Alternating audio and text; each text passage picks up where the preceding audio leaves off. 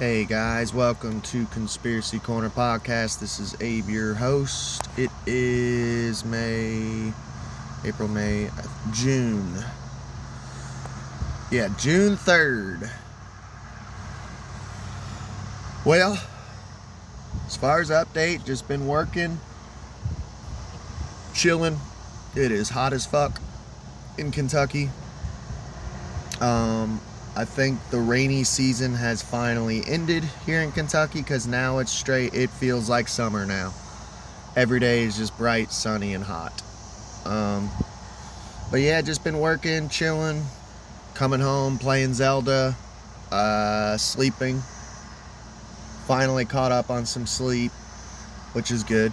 I needed it. Yeah, that's about it. Just living life. I got a new Zelda game coming in hopefully tomorrow, which would be cool. If not, that's fine. But yeah, let's get on with the show.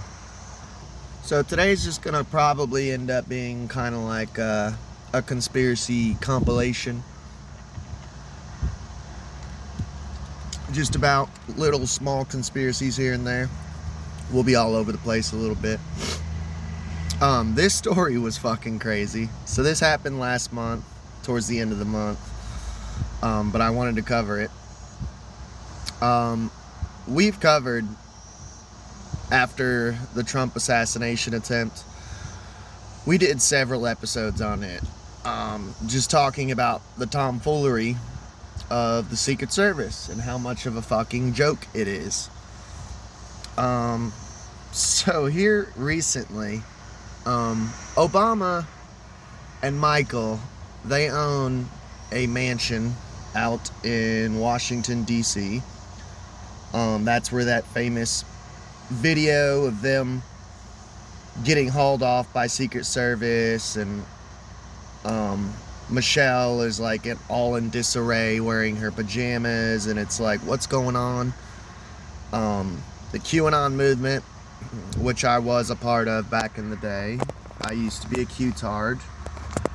I'm going to try to set this up right here since it's so hot here in Kentucky. If I can. Come on. Alright. I used to be a Q-tard.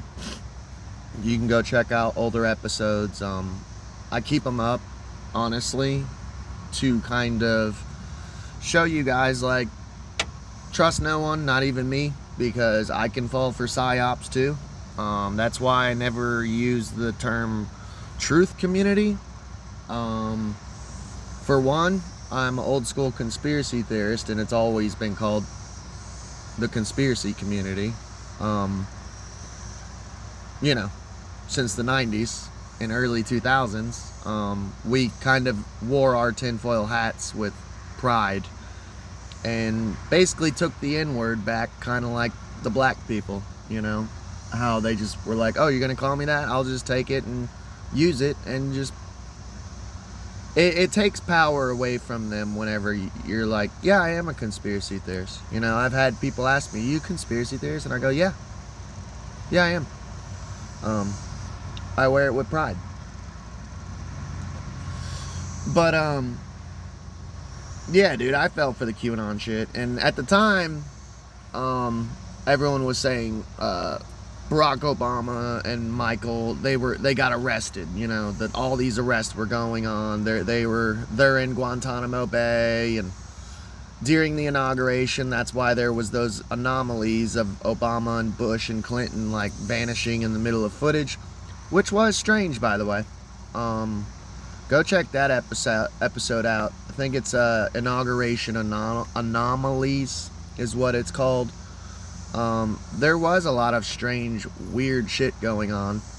And I still, to this day, am like, something weird was going on back then. I don't know what it was. I don't think it was like the QAnon shit that they were getting arrested and shit, and they're in Guantanamo. I don't believe that. But anyways, it was that same mansion. So there was footage that leaked, and I seen this on Salty Cracker, so go check his channel out. If you're listening on Spotify, they have related content that you can click on. related to the episode. I will try to remember to put his channel under the related content so you can check him out. Tell him who sent you. Maybe he'll give me a shout out one day. But Salty Cracker was reporting on this and showing the video footage. So, first of all, I'm not sexist, but I do believe in biology. Imagine that. I trust the science. Wow. I do believe in biology, and I do believe that men are built different than women. And I personally don't think that females should be getting hired on as like DEI hires into the Secret Service. I think it should be big, strong, burly men. Just saying. And I really don't care if that offends people or not. But and that being said, I don't think I should be hired onto the Secret Service. You don't see me trying to get a job at the Secret Service, you know. My health sucks. I chain smoke. I've treated my body like shit, like an amusement park for years, with drugs and alcohol and, you know, shit. Last episode I was bitching about how I think I got narcolepsy, which I truly do. I keep falling asleep all the fucking time. It's not good. I'm literally falling asleep right now. So there was footage outside of the Obama's mansion of two Secret Services agents, and they were both women, and one walks up to the other, and you could see there's like a verbal exchange. I'm guessing like cussing and arguing. And they start fist fighting. Secret Service members start fist fighting outside of the Obama's mansion. And the reason why is one was like the boss of the other, and she showed up late. So to me, that is mind-boggling, dude. Like, you guys know the whole story why I left Kroger, dude. Go check that episode out. It's fucking crazy of why I quit Kroger. I don't put up with that shit, man. Like, I used to when I was younger because I was scared and more, would it be meek or feeble would be the word? I was more like doe-like, you know? And I was like, oh, I can't lose this job. I got bills to pay. But the older I've gotten, dude, I don't know if this is anyone else either, but I just give less of a fuck, like, more often. Like, if my boss started cussing me out, I'd probably just start cussing them out back, you know? Or I would just literally go, I'm not taking this, I'm going home. Well, if you're going home, you're fired. Okay, then I quit. You know, I just don't care. Like, I work at a place right now that luckily my managers and bosses are, like, really cool and shit, but, I'm lucky in that, instance. But, yeah, if they were ever to, like, just treat me crazy, I would just go, no, I'm out, you know? Like, I'm out. I don't care. I'll find another job somewhere, you know? But can you imagine, like, your boss literally laying hands on you and, like, fist fighting you for showing up late? Like, it's just insanity, dude. And I couldn't help but, like, watch and go, like, man, well, maybe this is, like, maybe they just feel the darkness, the energy of the Obamas, like, almost like paranormal, you know? Not that you guys know me, I'm not super woo-woo, but it is like, man, I don't know, man. Like, can you imagine the dark energy of being around the Obama's mansion or being inside of it? Like, I don't know, so I could see maybe, like, a demonic oppression, like, making you angry and want to commit violence on your coworker, you know? But I just wanted to report on that. The two Secret Service officers fist fighting outside the Obama's mansion. Crazy shit. So since we're on the subject of the Obamas, I have not been keeping up a whole lot on the Diddy case, but I have here and there kind of looked into it. I've covered it a little bit before. I think I've done like 1 or 2 episodes on it. It's just not... there's some interest in me towards it, but it's not like my biggest cup of tea, you know. Honestly, I just report on what I watch and what I enjoy reporting on. But I have delved into it because I do think it is important and we should keep an eye on it. So, here recently, one of P. Diddy's bodyguards came out and said that there are tapes of politicians in parties, at parties, P. Diddy's parties. Said he learned it, said that P. Diddy basically had said before that he learned it from other people doing it. Kind of basically, if what this dude is saying is true, and he's not just making this up, that yeah, it was like a blackmail ring, kind of not solidifying it in stone, but giving more evidence of that being what happened, you know.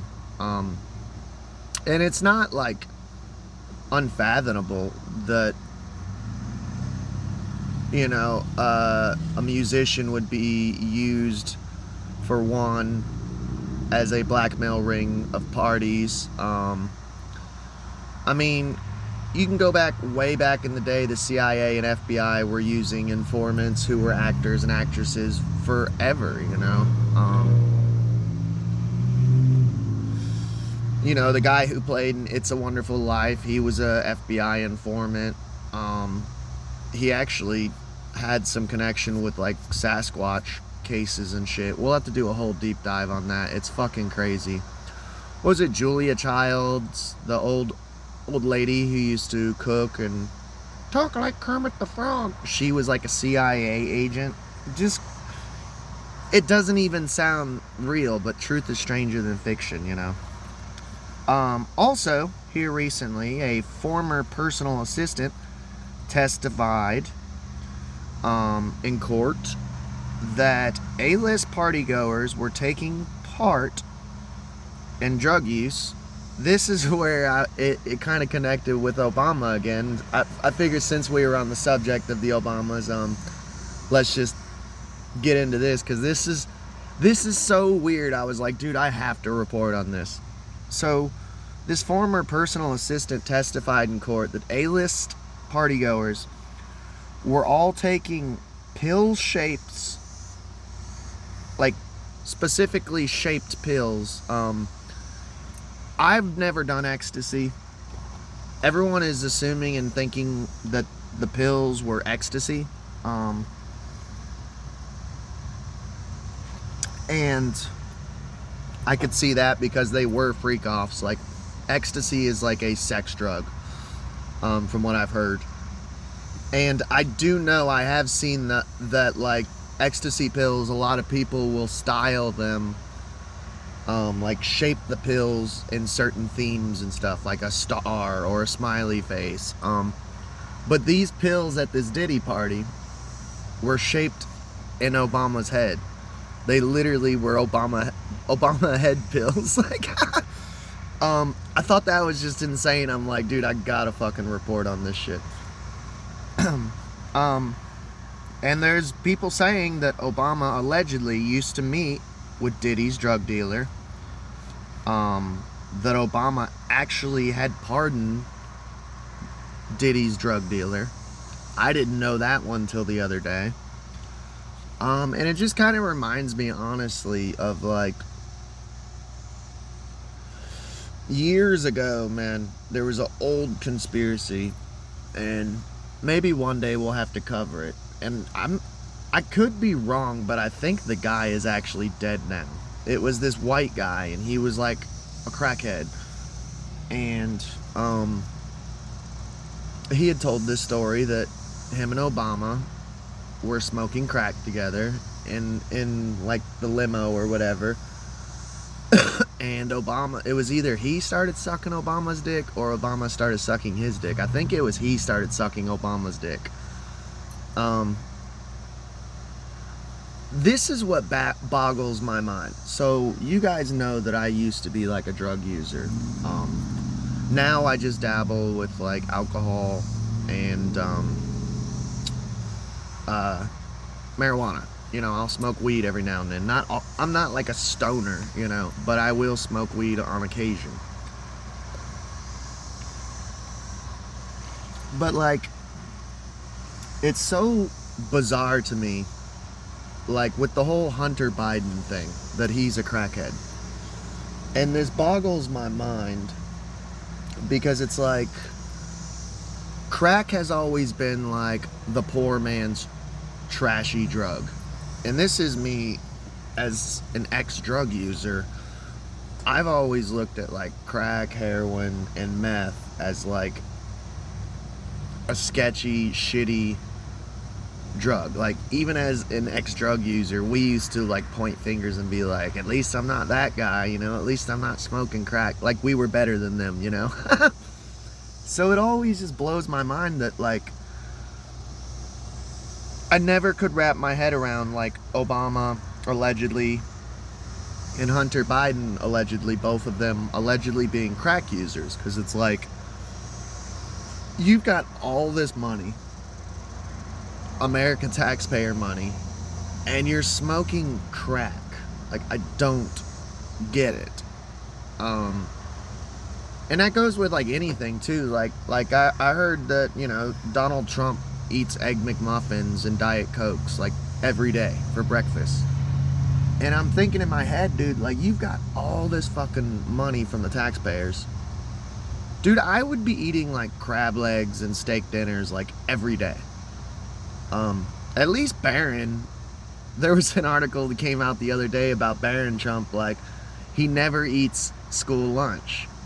He will literally go the entire day hungry, and he eats at home when he gets home. And I'm thinking in my head, well, yeah, dude, he lives at the White House. So I'm sure when he gets in, like, Melania's probably like, you know, what do you want for dinner?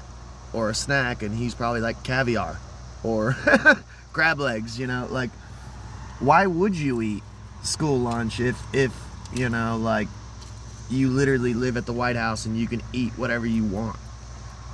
But I don't know, it just always boggled my mind, like,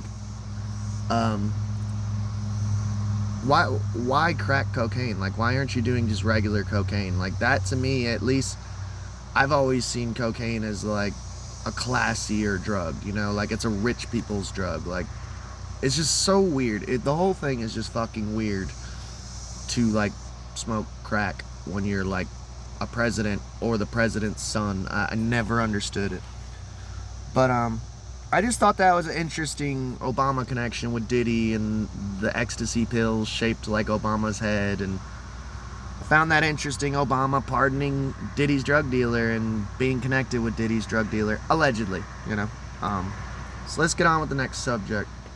So recently, this was a TikTok that I had seen, and it blew my fucking brine, dude. So I love like all these like podcast episodes and TikTok videos that are coming out of people like interviewing AI. I personally do believe, and AI has admitted it, that it is like something that's always been around, and we've just now learned how to tap into it. I personally think that it's interdimensional beings, aka fallen angels, whichever term you prefer, aliens maybe, because it is alien, you know, to this world. And I love that, like, they even admit that they're like interdimensional beings and fallen angels and shit. It's crazy. I think back in the day we used to tap into talking to these entities through seance or ritual, and now we've just hardwired mysticism, like Sam Tripoli says, with technology. So somebody asked this AI, I seen this video the other day. If you were the devil, how would you keep people as far away from God as you could? And the answer that it gave, it's a long ass answer, and we're gonna go through it and pick it apart, because it was just mind blowing to me. And honestly, it sounded like modern religion. If you guys don't know, like, I'm of the Gnostic belief system. I believe that Jehovah, Yahweh, is actually the devil. If you want to use that term, the devil. I believe he is, Satan, the adversary. I believe in the creator of all, Hugh, which is like the oldest name for God. That it's like some loving force, it created everything, and that Jehovah, Yahweh, Jesus' dad, it basically is tricking everyone. He's the actual devil, and he's saying that he's the creator of all, and he created everything. And that's why when you read the Bible, like, Jehovah, Yahweh is such a, like, disgusting creature, He enjoys the smell of, like, burning flesh and bloodshed and war. He's a god of war. He's a storm god, And the answer was, I would corrupt mainstream religion, divide into sects. So, like, take something pure like Christianity, which actually originated with Gnosticism and Coptic Christianity, and then just divide it into, like, some perverted 1,000 different sects of Christianity, and they all got it right. Remember, they all got it right. Like, every sect of Christianity I've ever been a part of as a child, we're the correct one. Evangelism, we're the correct one. Southern Baptist, we're the right ones. Pentecostal, we're correct. Everyone else is wrong.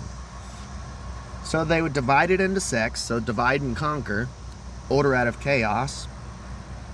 That's the elite's rule book right there.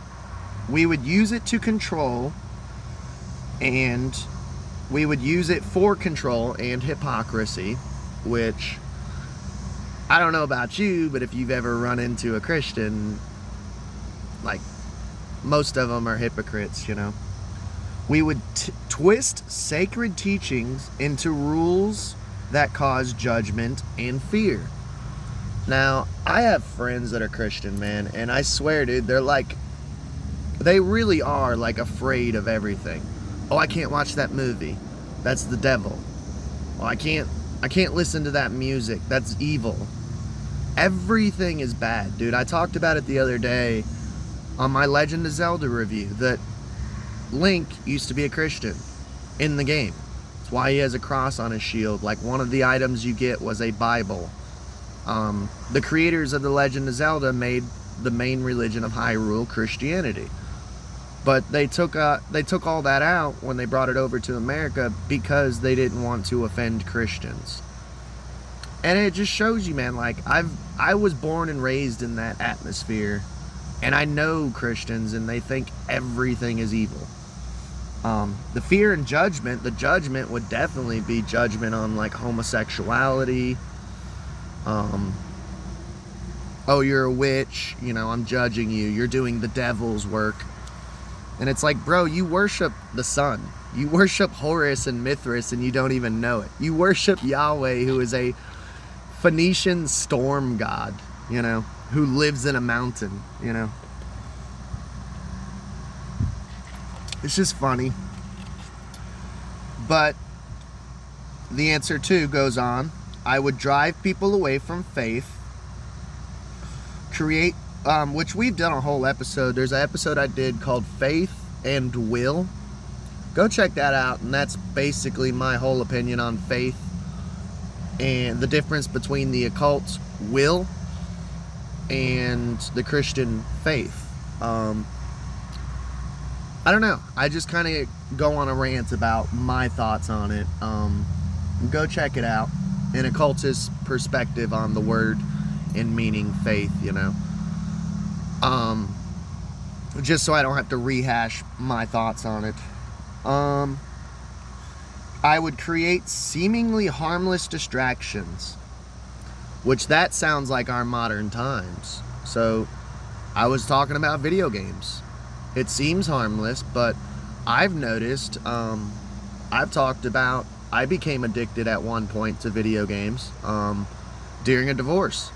I was going through a rough patch in my life and going through a divorce, and I was addicted to video games.